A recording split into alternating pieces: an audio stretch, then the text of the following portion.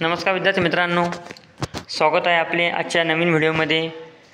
गेल्या व्हिडिओमध्ये आपण आधुनिक भारताचा इतिहास यातील सन 1905 ते 1910च्या घटना आपण बघितल्या होत्या, त्यांचा आपण आढावा घेतला होता। तर आज आपण ब्रिटिश सत्तेची स्थापना याच्याबद्दल माहिती घेणार आहोत, याची पार्श्वभूमी आपण बघणार आहोत। तर बघा मित्रांनो, पहिला मुद्दा याच्यातला आला तो म्हणजे युरोपियन राष्ट्रांचा भारतामध्ये आगमन, म्हणजे युरोपियन राष्ट्रांचं आगमन हा मुद्दा आपण घेणार आहोत। तर बघा मित्रांनो, 15व्या-16व्या शतकात युरोपामध्ये भौगोलिक शोधयात्रांचा काळ सुरू झाला होता। म्हणजे या शोधयात्रांमध्ये आपल्या देशातील माल हा दुसऱ्या देशामध्ये कसा जाईल, कोणत्या मार्गाने जाईल या संबंधी शोध सुरू झाला होता। आणि अशातच काय झालं मित्रांनो, अशातच नवे समुद्रमार्ग सापडले आणि हे समुद्रमार्ग सापडल्यामुळे भारताशी थेट व्यापार करण्याची संधी ह्या युरोपियन राष्ट्रांना मिळाली होती। तर बघा मित्रांनो, या समुद्रमार्गाने पोर्तुगीज, डच, फ्रेंच व इंग्रज हे व्यापारी भारतामध्ये आले होते। यांनी ब्रिटिश ईस्ट इंडिया कंपनीची स्थापना 31 डिसेंबर 1600 यांनी केली होती इंग्लंडमध्ये। पुढे मित्रांनो, इंग्लंडमध्ये ईस्ट इंडिया कंपनीची स्थापना 31 डिसेंबर 1600 यांनी केली होती। या कंपनीचा उद्देश काय होता मित्रांनो, तर भारत आणि पूर्वेकडील जे देश आहेत या देशांशी मसाले, रेशीम, कापूस, नीळ यांचा व्यापार करणे हे त्यांचा मुख्य उद्देश होता। त्यानंतर बघा मित्रांनो, प्रारंभीचा व्यापार विस्तार हा याच्याबद्दल माहिती घेणार आपण आज। आता 1608 सुरत येथे विल्यम हॉकिन्स इथं सुरतमध्ये आला होता। तसंच 1612 कॅप्टन थॉमस बेस्टने सौलीच्या लढाईमध्ये पोर्तुगीजांचा पराभव केला होता। बघा मित्रांनो, 1612 कॅप्टन थॉमस बेस्ट जो होता याने काय केलं, याने सौलीच्या लढाईमध्ये पोर्तुगीजांचा पराभव केला होता। तसंच 1615 सर थॉमस रो हा भारतामध्ये आला आणि मुघल सम्राट जहांगीर जो होता याला तो भेटला आणि त्याने त्याच्याकडून कारखाने उभारण्याची परवानगी मिळवली। तर 1615 सर थॉमस रो याला मुघल सम्राट जहांगीरने कारखाने उभारण्याची परवानगी त्यांना दिली होती।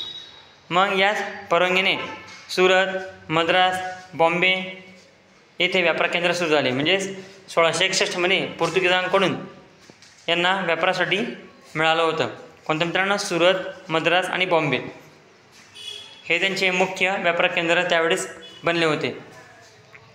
नंतर मित्रांनो, यांनी काय केलं, युरोपियन राष्ट्रांनी व्यापार करता असताना राजकारण खेळायला सुरुवात केली। म्हणजे राजकारणामध्ये त्यांनी सहभाग घेण्यास सुरुवात केली।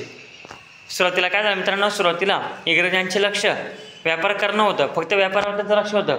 पण स्थानिक राज्यामध्ये जे काही वैर होतं, शत्रुत्व निर्माण झालं होतं, यांचा फायदा त्यांनी घेतला आणि यांचा फायदा घेऊन ते राजकारणात उतरले होते। अशातच काय मित्रांनो, मुघल साम्राज्याचा ऱ्हास झाला। म्हणजेच औरंगजेबाच्या मृत्यूनंतर मुघल साम्राज्याचा ऱ्हास झाला होता।